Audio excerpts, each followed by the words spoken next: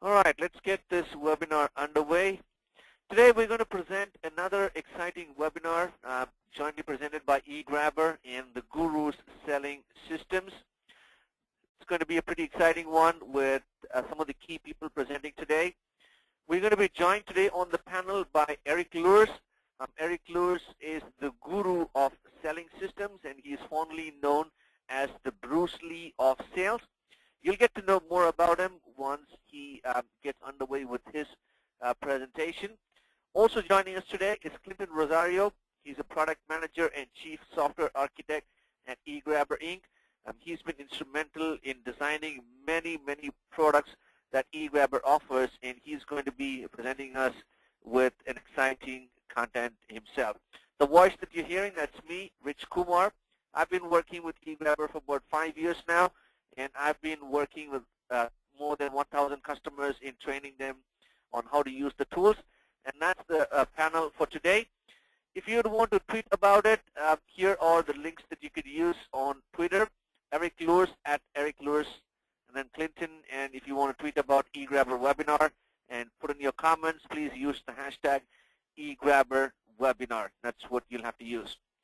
All right, enough about me talking. I'll let the experts take it away. All right, Erik, it's all yours. Okay, let's see. How do we hand over the, oh, there we go, show my screen. Good. Okay, so let's get rolling here. I know everybody's busy, and I just want to get right on into it so we don't waste anybody's time. And also, just FYI, before I begin, this is normally an hour-long presentation, so if you hear me going blah, blah, blah, blah, that's because I'm trying to get as much as I can in as little time as possible. All right, so how many of you wonder, if my thing will work here, we go. How many of you wonder, who are all these people who are doing 6 and 7 figures of business purely through LinkedIn? And how many of you wonder, how do they create these big numbers purely from LinkedIn?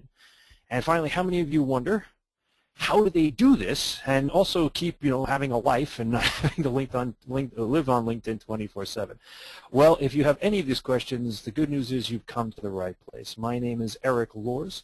I am the creator of the Gurus Selling System. I'm also the author of the book Be, Do, Sale, and I'd like to welcome you to today's presentation, which is using bigger balls to create bigger leads with LinkedIn.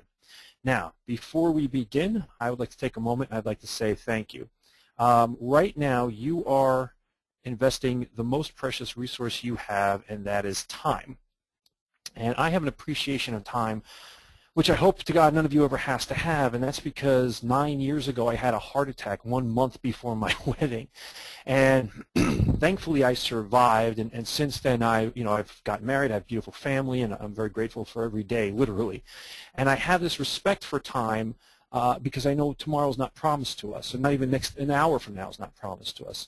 And so you're investing your single most precious resource with me, and to honor that over the course of the next hour, I want to give you as much as I can to help you improve what you're doing on LinkedIn so that you can get more prospects, more sales, and just a general better life going for yourself. So that's my way of saying thank you, and I just want to honor your investment. So thank you very much for being here. Now, what are we going to be talking about today? Well, first, we're going to be talking about the 2 profile mistakes that 99.9% of LinkedIn profile users make that lose big prospects right away. Secondly, we're going to be talking about why anger is better than information in LinkedIn group discussions. Third, we're going to be talking about how ideas from your marketing department actually kill you when you're engaging bigger prospects on LinkedIn. And finally, for those of you who are interested, I'm going to tell you about some more advanced tactics and how you can access them. Now, who am I and why the heck should you listen to me? Well, obviously I'm not going to bore you with all the details from my birth, so let's fast forward to the important parts. After graduating from college, I spent 10 years in Manhattan working for several large corporations. Literally started in the mailroom as a temp, worked my way up to a supervisor level, then a manager level, and ultimately to a director level. And at my last job, I had over 120 employees across multiple sites reporting to me. And I burnt out. I burnt out of the 7-to-7 workday. I burned out of the office politics, and I just had enough. And I said, okay, enough of working for other people. And I went out and became a consultant. And I was very successful as a consultant. Now, for those of you who are consultants or have been consultants, you know what consulting success means. It means I lived in airports and hotels, and got tired. You know, more than once I woke up and said, "Where am I? Why am I here?" etc. And I made a lot of money, had a lot of nice things, beautiful home, beautiful cars. I never got to see because I was never home. So after a couple of years on the road, I burnt out of that as well and decided to start a bunch of businesses from my home. You named it, I tried it. I tried my hand at virtually every business out there. And after a couple of years of doing that, I actually ended up becoming a business coach. Now, I wanted to make sure that I was teaching my clients things that were going to help them to build their businesses as rapidly as possible. And I knew that sales and marketing was the way to do that. And so I took it upon myself to study with the best sales and marketing people I could find. Now, if I said some of the names to you, you'd be like, oh, yeah, I know him, I know her, et cetera. And then there's also a bunch of people who are just everyday working class heroes in corporations throughout the world that were also my mentors. And that's what I call everybody who teaches me my mentors. And I studied my mentors, and I studied everything that they taught me, that they knew that they were teaching me. But here's the thing. See, I also study NLP, which is neuro-linguistic programming or cognitive behavioral studies. And I understand that we live 99% of our lives subconsciously. So I studied my mentors not just at a conscious level, but I also studied them at a subconscious level. I wanted to know what they did that they didn't know that they did that made them successful. And so by studying them at a conscious level and studying them at a subconscious level, I put these two things together, and because I've been a martial artist for 20 plus years and I love Bruce Lee and I love the way that he taught and did martial arts, I took his way of applying martial arts and I applied that to how I do and teach sales and marketing, and that became the Guru's selling system. Now, more to the point of what we're talking about today. Over the past couple of years, I've been interviewing and working with VPs of sales and marketing in large corporations across the globe. And what I've discovered is that, you know, there's these long sales cycles, low conversion rates, not enough leads, et cetera. And I discovered that 90% of the issues that arise during a sales process that cause the low lead levels, that cause the long sales cycles, that cause the low conversion rates, 90% of these problems can actually be handled during the lead generation process. And so I sat down and I said, if there was a lead generation process that did this, that really handled all these problems, what would it look like and how would it have to function? And I put it all together, and that became front-loaded lead generation. And that is the technology behind what we're going to be talking about today. So what the heck are we talking about today? Well, we're going to be talking about focusing on the subconscious mind when we're communicating through LinkedIn. So everybody else is trying to talk to the 1% of the mind, the conscious mind that's not really in control, and virtually everybody ignores the 99%. Just like the iceberg. We don't, you know, we all think it's the stuff sticking out of the water that's important, but it's actually the part that's below the water that's most important. So we're going to be talking about that today. And the easiest way for me to show that in terms of LinkedIn was actually through Maslow's hierarchy of needs. Now, if you've been in any sort of college psych course or communication course in college, you've been exposed to Maslow's hierarchy of needs. For those of you who haven't been exposed or need a refresher, Abraham Maslow was a psychologist, and he put together he basically put together this pyramid of the levels at which people exist, anywhere from the most basic, just making ends meet kind of thing, living hand to mouth, etc., up to their highest spiritual aspirations, which he called self-actualization. And so I took Maslow's hierarchy of needs and I applied it to LinkedIn, and discovered some interesting things. It really works exactly the same way on LinkedIn. So first, at the most basic level on LinkedIn, we have the people who use LinkedIn because they think they need it. These are the people who are absolutely clueless and have no idea what they are doing. This is about 10% of the people on LinkedIn. Next up, we have the job seekers. So they use LinkedIn purely as a platform to get jobs. And so they just want to do okay. They just want somebody to tell them, here's your job, here's what you have to do, here's a paycheck. And that's about 65% of the people on LinkedIn. So already we've eliminated the bottom 75%. So now we get into the people who actually utilize LinkedIn for something more. So at the next highest level, we have the people who are doing about $50,000 or more of their income through their LinkedIn activities.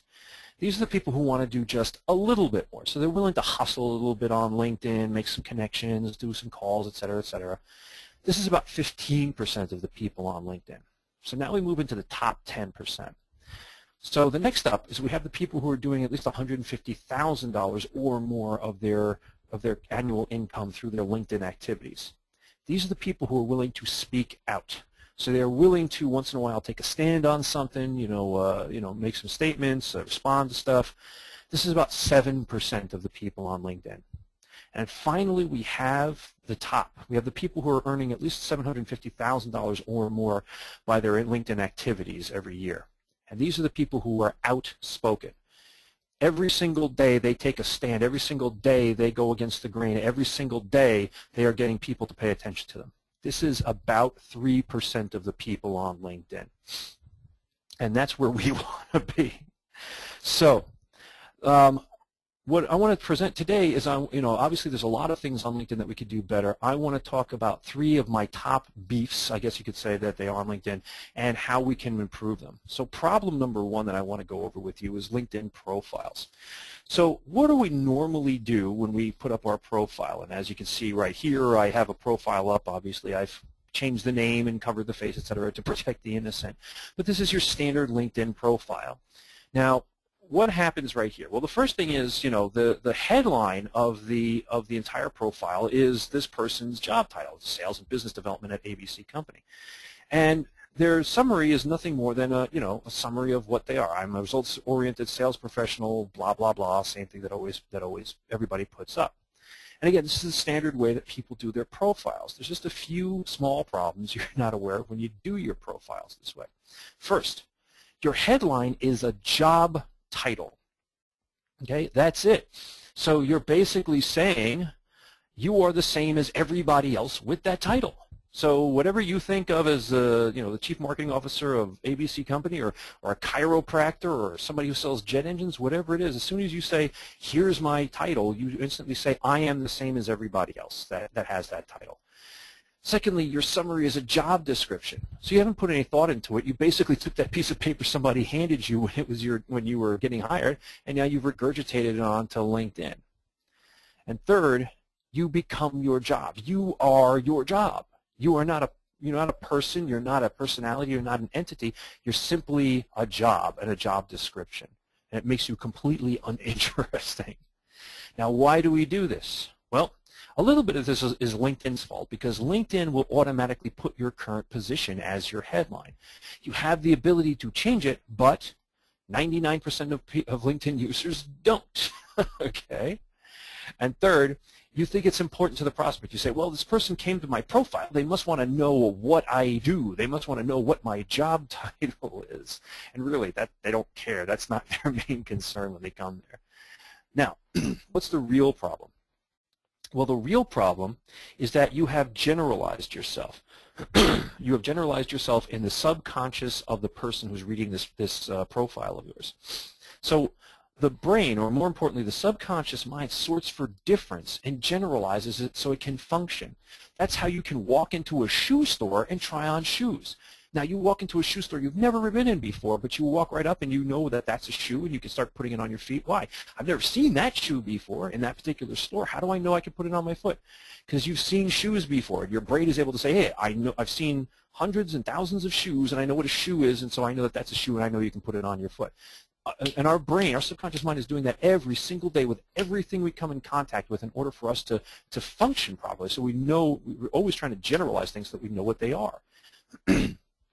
The problem is that generalization equals competition. As soon as you say, I am the same, I am this function, I am this job title that you've heard other people have and other people say, you instantly say, I am equal to these people.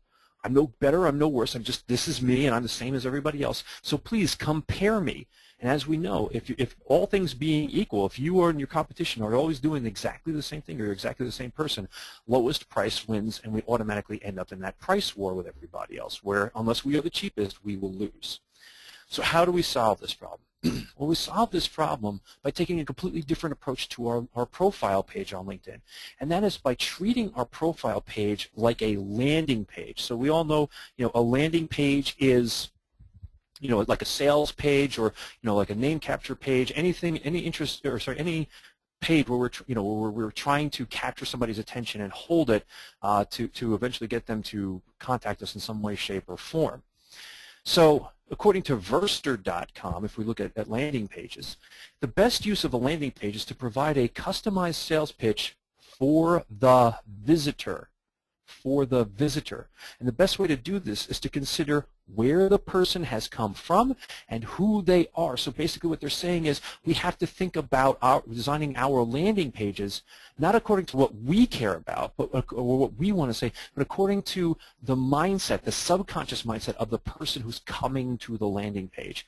And by providing a good match, your chances of engaging the visitor go up. The same thing with your LinkedIn profile. If you design your LinkedIn profile around, here's what I want to say, here's what I want to proclaim, then all you're going to do is say the same thing as everybody else. But if you design your profile page according to who you want as a target market to be looking at that page and what experience you want to create for them, all of a sudden your way of thinking about it changes.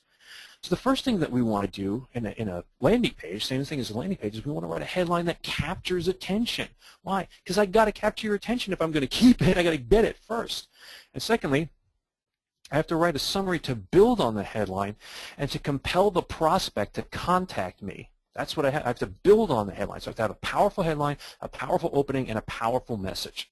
So as an example, now here's a friend of mine. Here's her profile page. I have, again, covered the face, changed the name to protect the innocent. And she has a great profile here, though. So as you can see, her headline, I could say, hey, she's a sales coach or whatever. But she doesn't start out with that. She doesn't say, I'm a sales coach, sales trainer, sales speaker, or anything else like that. What does she say? She says, get connected and make more sales, period. Then she lists one of her clients' names, so we'll call it ABC Company. ABC Company increased sales 30% last month with my coaching. Now that is powerful. Why? Because I'm giving you a tangible number, and I'm throwing a result in your face that's like, whoa, that is, numbers are great to capture the mind.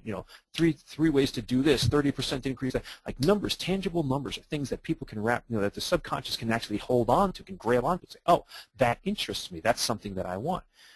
Now, when we go into her summary, what does she do? She says, do you have all the sales you need? Instead of saying, hey, I'm a high-flying 25-year veteran of blah, blah, blah, and I've worked with 18 companies, she says, do you have all the sales that you need? She's questioning it. She says, if you don't, you are not alone. With my coaching, you will, and she goes into a list of the various things that you'll learn. And then here's what's really cool. She goes on and she says in the second paragraph, my clients have seen 40 to 75% increase in their sales over the time I have worked with them. Now, personally, I would have taken that sentence and made that first in her summary, but that's me. Either way, though, it's in there, and it's very powerful, and it captures you, and it pulls you through, just like a landing page. This was not designed to be a standard profile. This was designed just like a landing page. Capture attention, compel, and drive them through the rest of the summary as if it's a sales page or a landing page. Now, what are the benefits to you of utilizing your, setting up your profile page like this? Well, first, instant differentiation. Why? Because everybody else out there is saying, here's my job title, and here's my generic summary of the things that I do. So instantly, you're different than everybody else by designing your profile this way. Secondly, you are perceived as a bigger player than your peers. Why? Because you're the one sticking your chest out there saying, look, 30% this, or I do that, or I'm powerful at this, etc. So you're saying something different. So automatically, you must be a bigger player. Third, and this is really awesome, the prospect's subconscious mind cannot stop thinking about you. Remember that the subconscious is constantly trying to generalize so that it can understand. But when you don't fit into some preconceived category that the subconscious has, it's constantly saying, what are you? What are you? What are you? What are you? I don't understand you. I have to understand you. What are you? And the longer that you can keep that happening, you create your own real estate in the mind of the person who's reading. And when you do that, you automatically become top of mind, which is what everybody wants. We all want to be top of mind. Now you say, okay, Eric, but this all sounds well, nice and good, but is it real? Does this really work? Well, I'll give you my profile as an example. So about 1.5 years ago, I started to use the title, the Bruce Lee of Sales, and ultimately the Bruce Lee of Sales and Lead Generation. Now, and I put up my headline, and basically it was amazing what happened. Over the course of 2013, it really played out. Over the course of 2013, just from changing my headline from I had been like sales trainer or some garbage like that, I changed my headline, and I saw a 500% increase in the amount of calls and connection requests I got just because of my headline. How did I know this? simply because I had people who would call me out of the blue and say, I just had to call and speak to the Bruce Lee of sales. Or they would email me through LinkedIn and they'd say, hey, Bruce, with a big smiley face, and they'd say, hey, I love your headline, I really want to connect with you, etc. And it just from that headline, just from utilizing the Bruce Lee of sales and lead generation. And I've even tweaked it now. I've added subconscious. Even this one that you see here is a little outdated. I utilize talking about subconscious lead generation, which people are now in love with that too. So I'm getting emails and calls about that. But because in 2013, simply by doing this, what happened? Well, first, over the course of the year, I had multiple requests, the most requests I've ever had to go and speak at high-level speaking events. I had multiple requests for webinars. I had the most and highest paying clients in my history. I had requests to be featured in 3 books and a direct request to write my second book for a specific publisher. And I had the most new LinkedIn connections I have ever had in 1 year. As a result, 2013 was my most successful year to date. And again, rolling into 2014, I'm already on track to do more in sales the first half of 2014 than I did in all of 2013. And again, it's all because of people when they check out my LinkedIn profile. So I drive everybody to my LinkedIn profile, and just because of that, people are contacting me and I get all of this business. And it's just through the power of my headline and my summary. So headline, Bruce Lee of sales and lead generation, summary, go right into, increasing this by 50%, tripling that, et cetera. Again, those numbers that people can wrap their head around, just through the power of thinking about my profile as a landing page. Now let's move on to the second problem that I see on LinkedIn, and that is discussions. So what happens in discussions? Well, first we go on LinkedIn and we join groups. So groups, you can post those discussions. So we post discussions. So we start discussions, or we reply or comment on other people's discussions. And we're doing this because we're trying to be a thought leader. We say, hey, if everybody says be a thought leader, and so if I go out and I say stuff, I'll be a thought leader. If I go out and I start this discussion, I'll be a thought leader. The problem, or there's a few little problems that happen, though, with the way most people do discussions. First, most people are not thought leaders. They are thought regurgitators. What does this mean? It means they go out and they read something really, interesting by a Jeffrey Gitomer or a Tom Hopkins, or hell, even an Erik Luhrs, right? And then they either take it back and they say, hey, I heard this guy say that, or they just take it and they don't give any credit and they just sort of tweak it a little bit and they say it as their own thing. But what happens is that all you're doing is regurgitating what other people have said. And when you're regurgitating what other people have said, even if you tweak it a little bit, the people who are reading it say, well, I've already heard, the subconscious goes, well, I've already heard that, or I've heard some version of that, I don't need to pay attention. Another issue that happens is that you create fodder for the bandwagoners to jump on. Now, what does this mean? Well, this means that, like, when you go out there and you post a discussion, you might post a 3 or 4 line discussion about whatever topic it might be. But if you look, all of a sudden you'll see that, there's all these different firms and consulting firms, and all your quote-unquote competitors get on there, and all of a sudden they start posting 50-line comments, and they quote 2 of their articles and give links back to their website, and they, here's 50% increase that we did with this, and basically they just completely overshadow the discussion that you've started. They completely overshadow you. So they're just jumping on the bandwagon, and they mute you out. And finally, and worst of all, you're simply spending lots of time and getting no traction. Now, again, why? Why, God? Why? Why does this happen? Well, first, because we're told that we have to participate, right? They say, hey, go out there, you got to participate on LinkedIn if you're going to be successful. And secondly, it makes us feel important. We go, hey, I started a discussion today. I must know what I'm talking about. I commented on a discussion, and I sounded so cool. It makes me feel really good about myself. And third, it seems like the easiest way to dive into the quote-unquote game. You say, hey, I got to get out there. I've got to do something. I've got to start talking in some way, shape, or form. And you think that this is the easiest way to do it. But what's the real problem? Well, the real problem is that you reinforce the prospect's status quo. And again, at a subconscious level, you reinforce what the prospect is already thinking. You reinforce what the prospect already says, oh, this is how I should do things. So basically, any information that the reader can construe as reaffirming or agreeing with them or not challenging the way that they do things or the way that they think, simply allows them to consciously ignore what your message, your discussion, etc., but also reaffirms them subconsciously. So what you're doing is reinforcing the bad habits they already have and not challenging them on anything and not gaining any attention. You basically wasted your time, okay, for no good purpose. So how do we solve this? Well, we solve this by creating some good old controversy. So what we want to do is we want to topple some sacred cows, okay? So we want to start with a status quo and then take the reader or the viewer or whatever to a challenge, to a change or a challenge. So if everybody else says smile and dial, like in the sales industry, hey, smile, then pick up the phone and dial. If you can come along and you could say never smile, then dial, and you have logic behind it, all of a sudden you're toppling a sacred cow because everybody knows you're supposed to smile then dial. Wait a minute, how could you possibly say different? As soon as you say different, boom, people are going to pay attention. As long as you can back it up with some logic, instantly you're creating controversy. You're being controversial. Now, why do bigger prospects, and again, what we're trying to do here is we're trying to get bigger prospects through LinkedIn.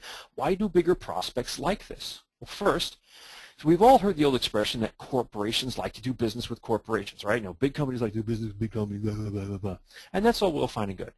The truth is, though, there's people behind all these decisions. People make the buying decisions. And people like to do business with cool people so they can be cool by association.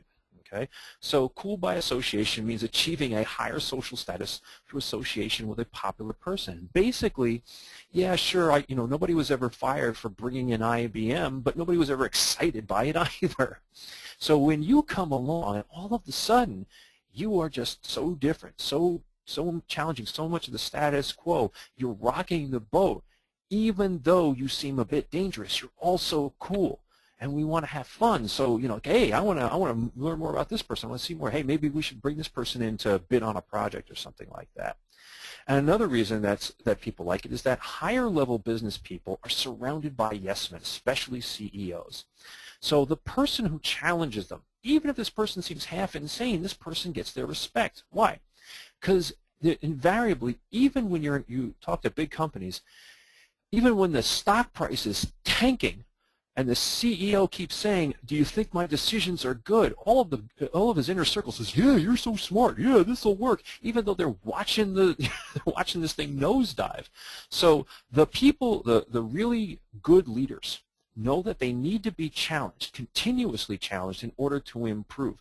No business grows in an environment where it's not challenged. No person grows in an environment where they are not challenged.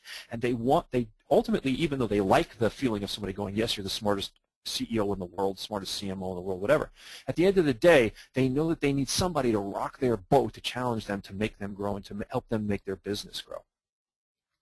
So what are the benefits to you? Well, first, if you do your discussions like this, first you break free of yes man syndrome, and you automatically are different. You automatically get respect. Secondly, you automatically become a real thought leader. Why? Because the only way to do this is for you to have a real thought and not regurgitate what other people have told you. Third, you speed up the qualification process. Now, this is really cool.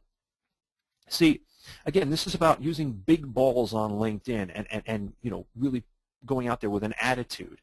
So ultimately, quickly, people should automatically know whether or not they want to do business with you right away. So they should be qualifying or disqualifying themselves very quickly. And when you go out there with this attitude, people will either say, I want to stay as far away as I can from this person, or, wow, this person's cool, I want to learn more about this person. You're qualifying faster. And finally, you're having some fun. Remember what I told you. Tomorrow is not promised to you. So this idea of I'm going to suffer for 20 years so that I can ultimately have fun and enjoy myself when I retire or something like that, that's a fool's errand. You don't know what tomorrow may bring, and you don't know if there's going to be a tomorrow. So if you're not having fun today, what's the purpose? And you get to have that by rocking the boat, by being controversial. Now again, people say, but Erik, is this really true? Does this controversial stuff really work?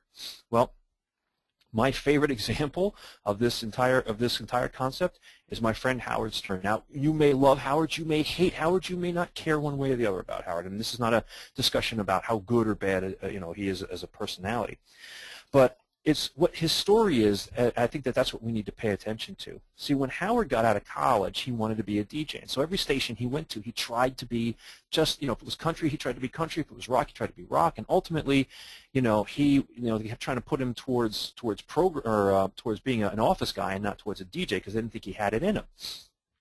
He was constantly trying to appeal to the audience and give them what he thought that they wanted. And finally, he decided, you know what? I want to be fun and I want to be outrageous and really make stupid jokes and stuff. So at the time in the industry, the rules were this. The rules were constantly be playing music. If you're not playing music, be playing commercials. If you're not playing commercials and you're talking, you should either be introducing the record that's coming on or saying the name of the record that just went off. If you're going to talk, never talk about anything personal. So what did Howard do? Howard came in. The first thing he did is he stopped playing music. He started talking. He started talking about personal stuff. He started talking about what he did in the bathroom. I mean, he talked about stuff you're never supposed to talk about on the air. And ultimately, even though people were screaming and run, and all the management and stuff was screaming and running in all different directions, because of him being controversial, he is now worth over $500 million. That's what they'd be, $500 million. More importantly, he's still pulling in a $95 million a year salary. How many of you would like to have just 1 year of his salary? Not even worried about the net worth. How many of you would like to have 1 year of his salary? And that all happened simply because he used controversy in the correct way. Now, what's problem number 3 on LinkedIn? Well, it's the introduction. So, LinkedIn is all about making connections. That's why it's called LinkedIn. So what do we normally do when we send out our introduction? We use an email. We send an introduction blind to somebody. Well, we send an intro in an email, and we believe that we're supposed to quickly say who we are and who we work for and what we do and what value we offer. And we rarely ever achieve this. Or we do achieve it, and we do it just really makes the wrong impression. So here's an example of an email that somebody sent to me.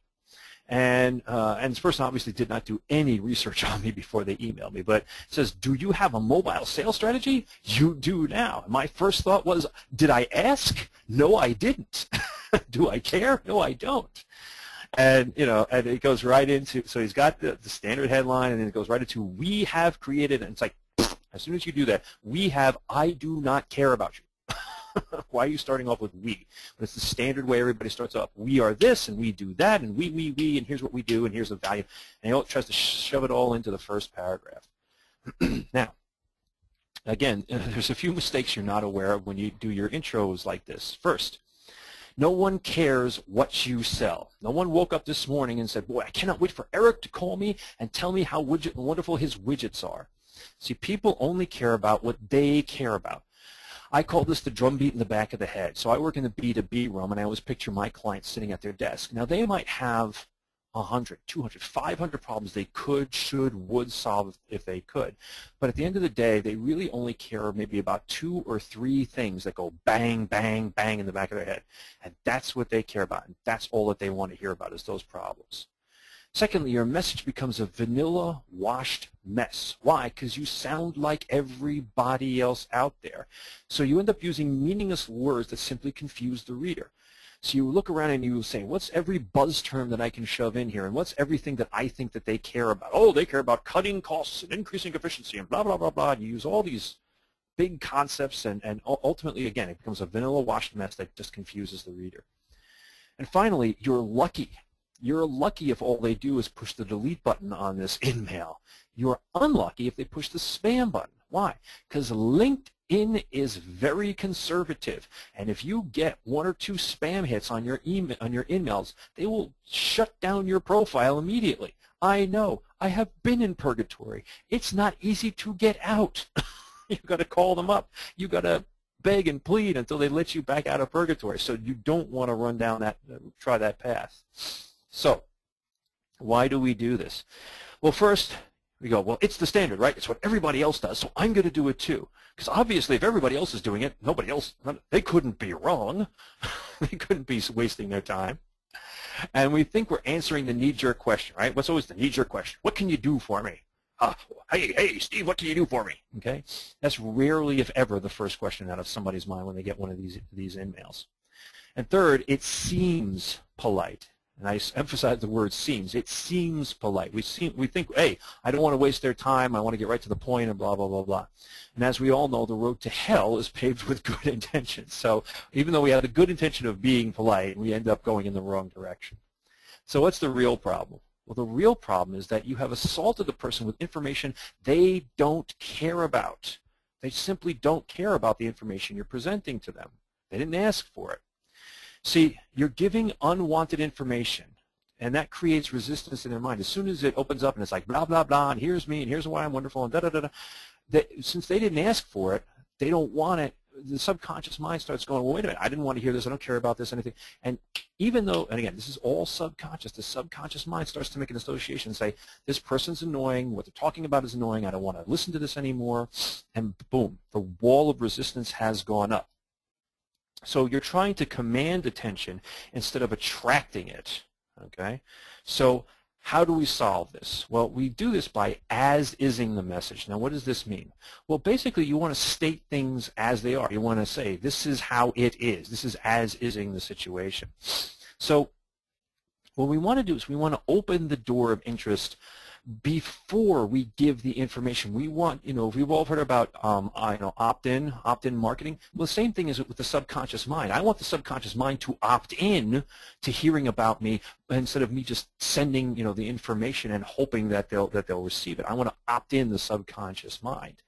So this is a process from NLP. It's called pacing and leading, a neuro-linguistic program. You don't have to worry about it, but basically, pacing means talking about the current circumstances or situations of the person that we're talking to. So if I was hypnotizing somebody, I would say, as you sit in that soft chair looking out the window with the clock ticking in the background, I'd just be talking about all the things that are going on immediately, that are of in the immediate surroundings of the person. Same thing with the subconscious mind. If I start talking about your current situation, I talk about the problems you care about right now, I talk about something that's important to you right now, etc., all of a sudden your subconscious mind goes, oh yes, that's important to me. So I want to say, hey, you have this situation right now, whatever it is, you're losing clients hand over fist, or your people are quitting at a ridiculous rate. All of a sudden the subconscious goes, yeah, that's me. Now all of a sudden I've opened the door of interest. Instead of leading with, hey, I'm going to help you solve your hiring problems, I start with, are you making poor hiring decisions? Boom, all of a sudden I'm opening that door. So I want to create interest before I give information. Now, what are the benefits to you of this? Well, first, we're speaking straight to a problem. Remember that it's all about, it's all about opening the door of interest in the mind, and the subconscious mind. Again, there's the 2 or 3 drum beats in the back of the head, the problems the person really cares about. If I talk to one of them, the subconscious mind instantly says, this is important to me, and opens up the door to listen to the information. Secondly, the message instantly has meaning. Why? Because this is one of the you're talking to one of the problems that really means something to me. So it instantly means something to me. Third, I have to engage it. Why? Because you're talking to something that's important to me, that means something to me. I can't, and no matter how much I want to ignore it, I can't, because you're talking to my subconscious mind. It has to engage to find out more, because it has to be able to quantify it. And finally, you drive up the likelihood of response. Why? By simply getting the person to engage the message. Again, we delete almost all the messages we receive in a day. Our subconscious mind deletes them long before we're consciously aware of them. So simply by getting the subconscious, the 99% that's really in charge, to engage the message, you instantly drive up the likelihood of response, because you drive up the likelihood that I'm actually going to go all the way through, get into the message and go all the way through it. So you say, okay, Eric, that sounds well, fine and good, but does this, can you really do this? Does this really work? Let's take a look at my friend's email right here that he sent me. But let's put it in a different perspective. Let's say he had taken a few minutes and actually done some research on me. And he found out, hey, Eric's a sales, he goes out and he speaks at events. And he's a consultant, and his business is getting very much bigger. So, and he finds out, hey, for this industry, for these people, something that's really important to them is that they don't have the ability to outsource enough of their work. They really need to find people that are skilled, or they need to find systems that can help them to outsource more and more of the stuff that they do. So instead of him having a headline, if he had gone and said, are you a consultant who doesn't have enough time to apply of the lead generation ideas that you have? It's true. You should see. Since it's my job, I'm constantly, I wake up in the morning and have 3 new lead generation strategies that I just don't have time to implement. Okay, because it's part of how I think every day. So if he had said something, are you a consultant who doesn't have time to follow up on all your lead generation strategies? I'd be like, oh yeah, okay, that would all of a sudden be a problem for me that I care about. How do I follow up on more and more of these strategies that I've got? And if boom, he would have had my attention. Now, if he started the message with, as a speaker and a consultant, as a busy speaker and consultant, on the subject of lead generation, obviously you're out there day in and day out, working with your clients, and also you want to expand your business, but it's a catch-22. By you need to take more time away from clients to get more clients to have more clients to have time with. And we've created, an application for your iPad that will, outsource your, some of your main functions that you do to build your business. Now, all of a sudden, he would have my interest. Why? Because he would be starting off with one of my problems, and then building from that, building simply from that problem. So he would be as-ising my situation up front, and then rolling into his solution later on. So it's simply a different way of approaching the same communication. So, to summarize, first, you want to make sure that you treat your profile like a landing page so that you can elicit responses from the people who are reading it. Think about them like prospects. Secondly, you want to create controversy with your discussions. So you are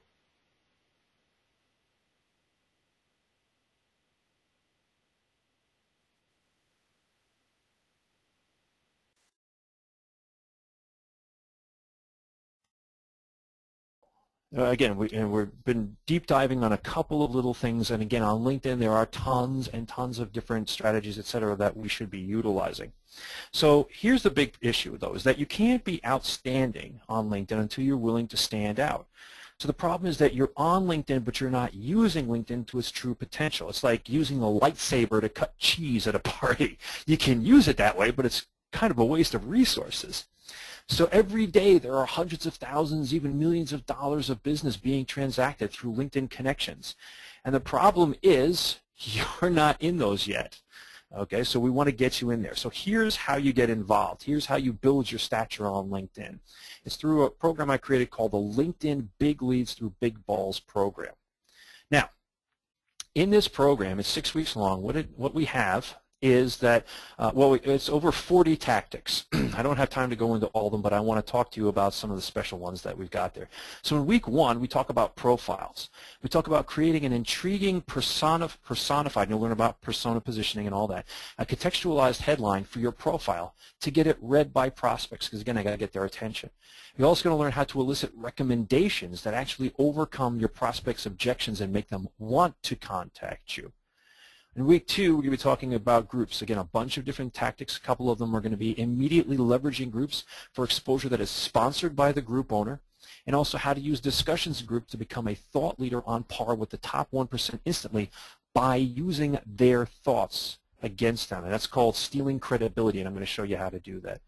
In week 3, we talk about connections. So a couple of things we talk about. We talk about how to use the leverage point person method to create anywhere from 10 times to 1,000 times the exposure and credibility for you instantly.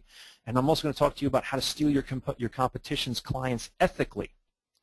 In week 4, we go over updates, emails, and company pages. So you're going to learn how to avoid the friend zone created by, quote, useful content so that you are actually necessary to the people reading your material and not just likable. You're also going to learn how to fully leverage the product or service section of your company pages to create descriptions that make prospects say, I want that and I want that right now. In week 5, we go over other tactics. So we use the job section to identify prospects in immediate need of your solution.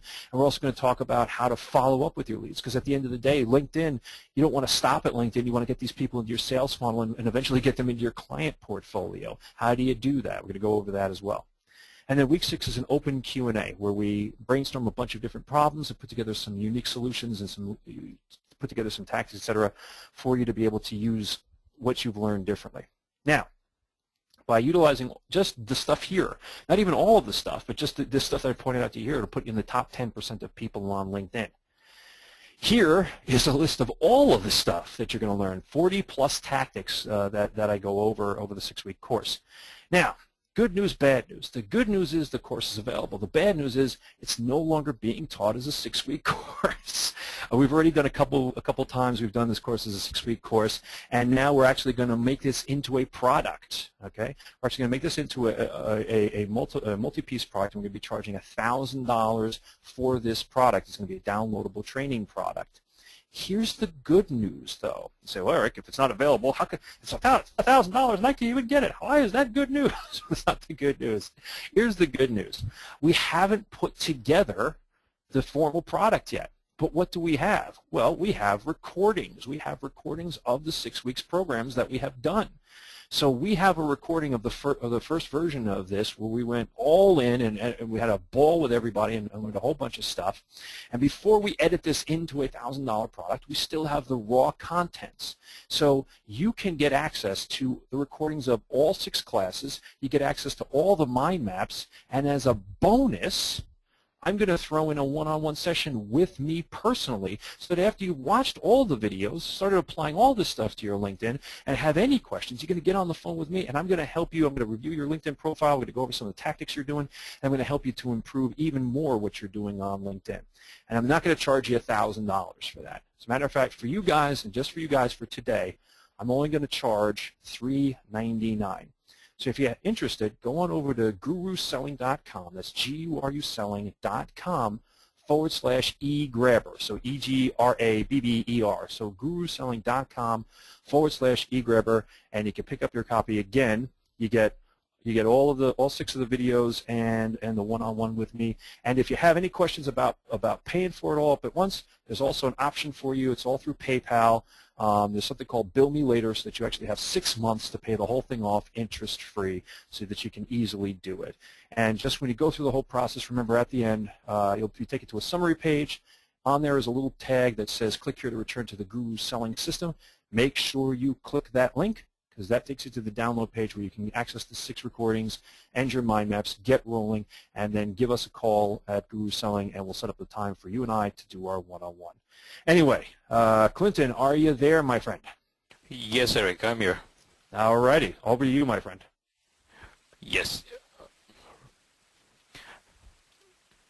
Now, I'm going to take a few minutes to talk about 2 more problems that you come across on LinkedIn and how eGrabber can help you solve that. And we've done a little software which solves that problem for you, and I'm going to show you how that works. Now, on LinkedIn, you'll typically look for your prospects, something like this. You might be prospecting on groups. You might already be participating in groups and in communities, but in case you want to target specific people and go after them and hit them in more than one way, not only send them in LinkedIn in mail, but also send them an email, or also get them on the phone. Well, you'll typically be at a screen like this where you've done your search, you see the results, but the problem is you can only get their email and the phone number once you're connected to them. And a lot of people are not online on LinkedIn every day. I mean, some of the decision makers are not viewing their LinkedIn because they're so busy doing other stuff. So they may not see your invitation, they may not see your email until the weekend, maybe on Friday, maybe on Saturday, and by that time it just might be too late to close your business deal. So from here, what you're looking at, you need an email, you need a phone number to get to them. Okay, and remember, if you do your email wrong as well, like Eric mentioned, you're gonna LinkedIn is going to mark you as spam, and then you're going to be in purgatory trying to get out of there. So this is a problem that if you're stuck at, okay, and you need an email and a phone number, well, that's why we created a one-click solution that we call the Account Researcher. So you can click that, and it generates from here, it takes the name and the company that you have of your prospect, and it immediately creates a business card, a full business card for you, along with the email address, phone number, other social media links, and even the physical address, and lots of other stuff it does. This is just a preview of what exactly it does. Now, how is this different? Now, this thing does not pull from any kind of database. Okay. Now, this eGrab Account Researcher is a software which is kind of like your office assistant who's searching for email addresses and phone numbers for you. Now, how does it work? Well, what we do is what the account researcher does is once you have a name and a company, and as soon as you click the account researcher button, it goes to the internet and searches all the different places on the internet for the person's email address and phone number. Now, why does it refer to the internet?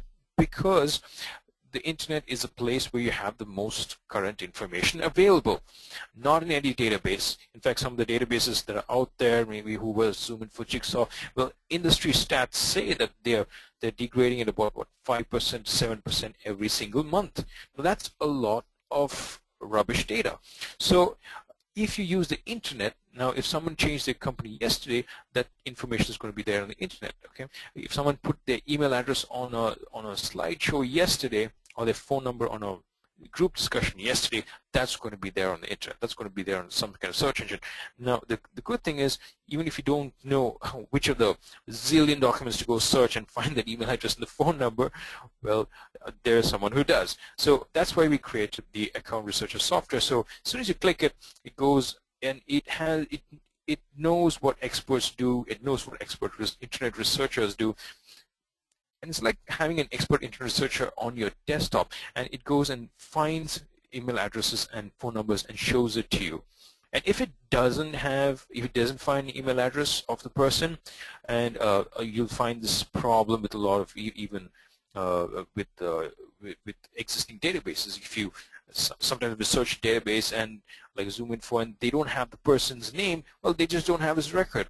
Well, that's not more the case with eGrabber. So if you find a name in a company wherever you are, and if you click the button, it will go and study the email address patterns which are there in that company, okay, and it will project an email address and tell you this is the most probable email address of that person. And you know what? How good is it? Well, if the email address is on the internet, we are 95% sure that we're going to get it.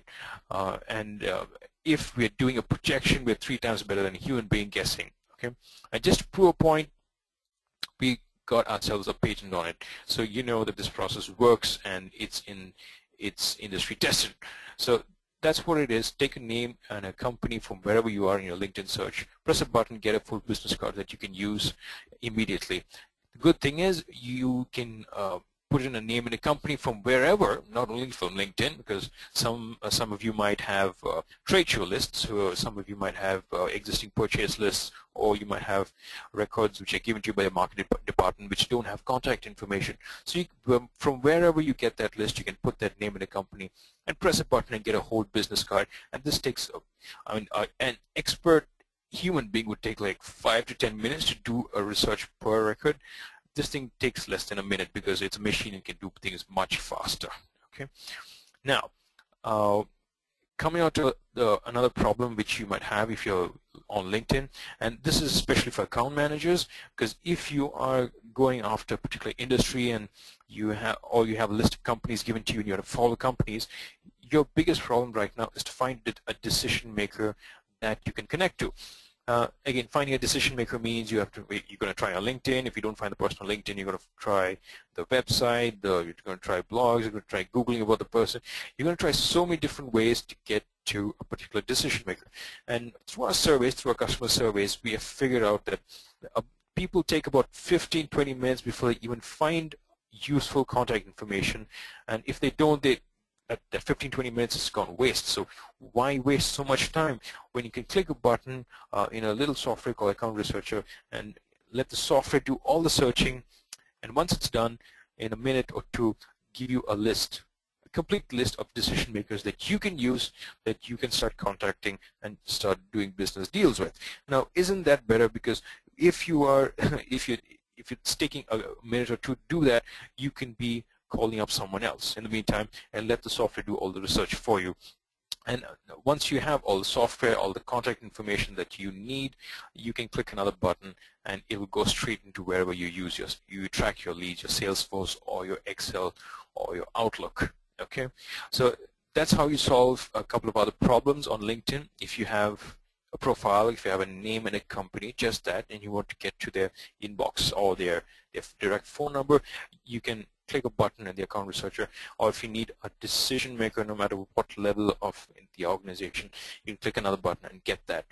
Very useful tool. It works across a lot of different companies, and you can really see the difference when you test it against a random set of companies, and that you'll find information that you've never got before. Okay, and that would be all for me. And to finish up things and to take you through the Q&A session, we have Rich here. Rich? Thank you so much, Clinton. Appreciate it. Eric, that was some great info.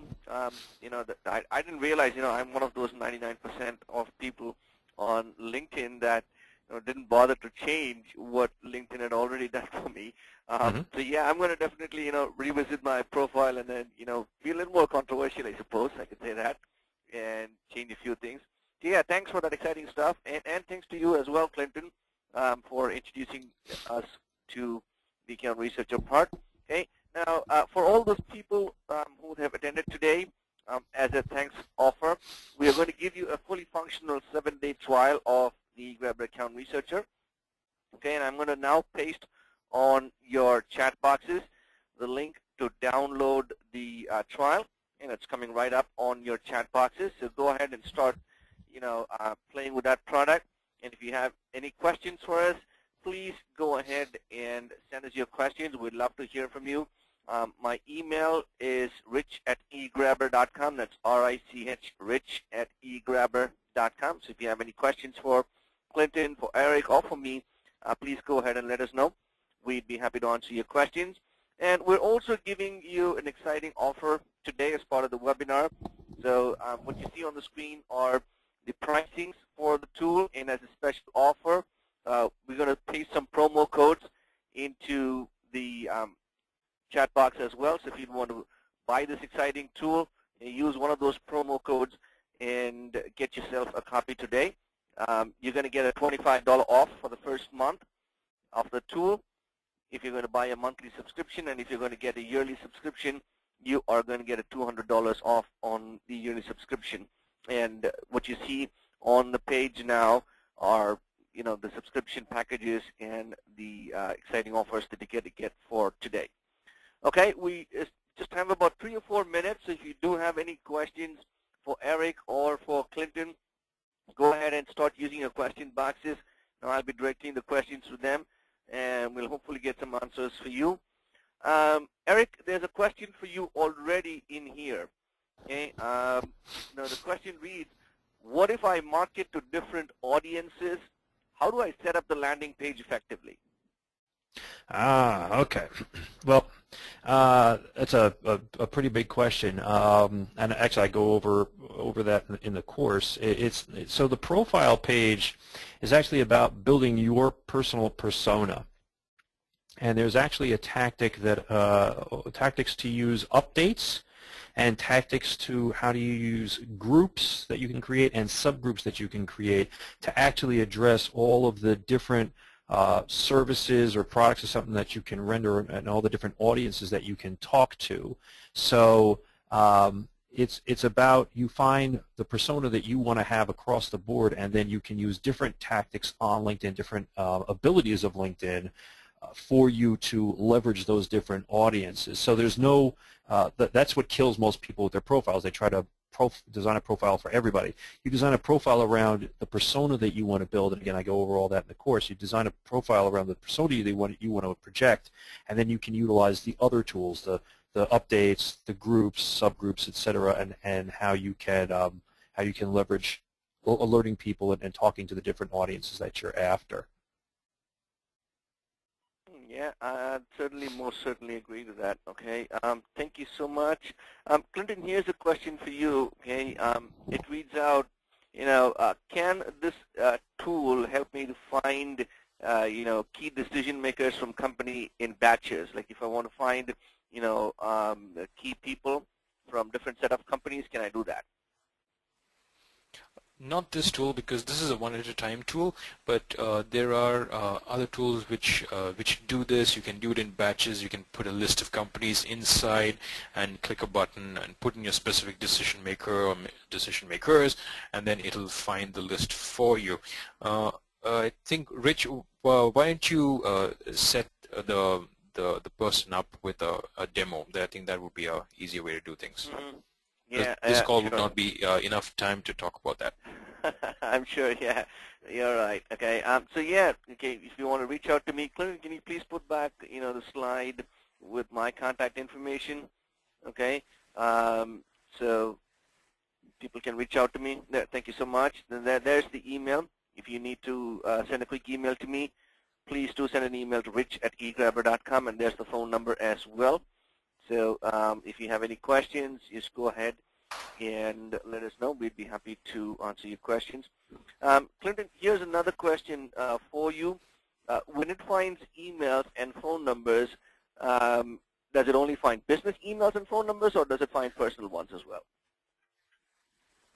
This focuses on the business emails and phone numbers because in our studies we have found that those are more effective for most of the customers that we serve.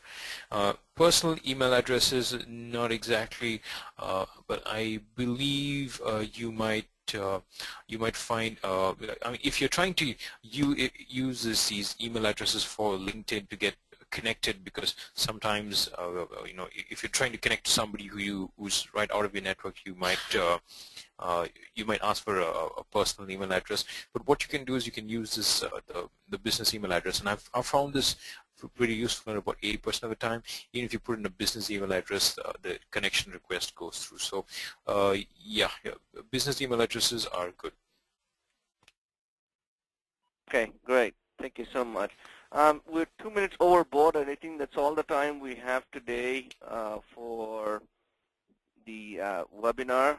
I'd like to thank Clinton and Erik for getting us this exciting presentation and for answering questions. Thanks to you guys. Okay, and if you have any more questions for us, if you need to speak with me, please reach out to me. I'd be happy to answer your questions and take care of your needs. That's all from us. Thank you so much, and have a wonderful day, everyone.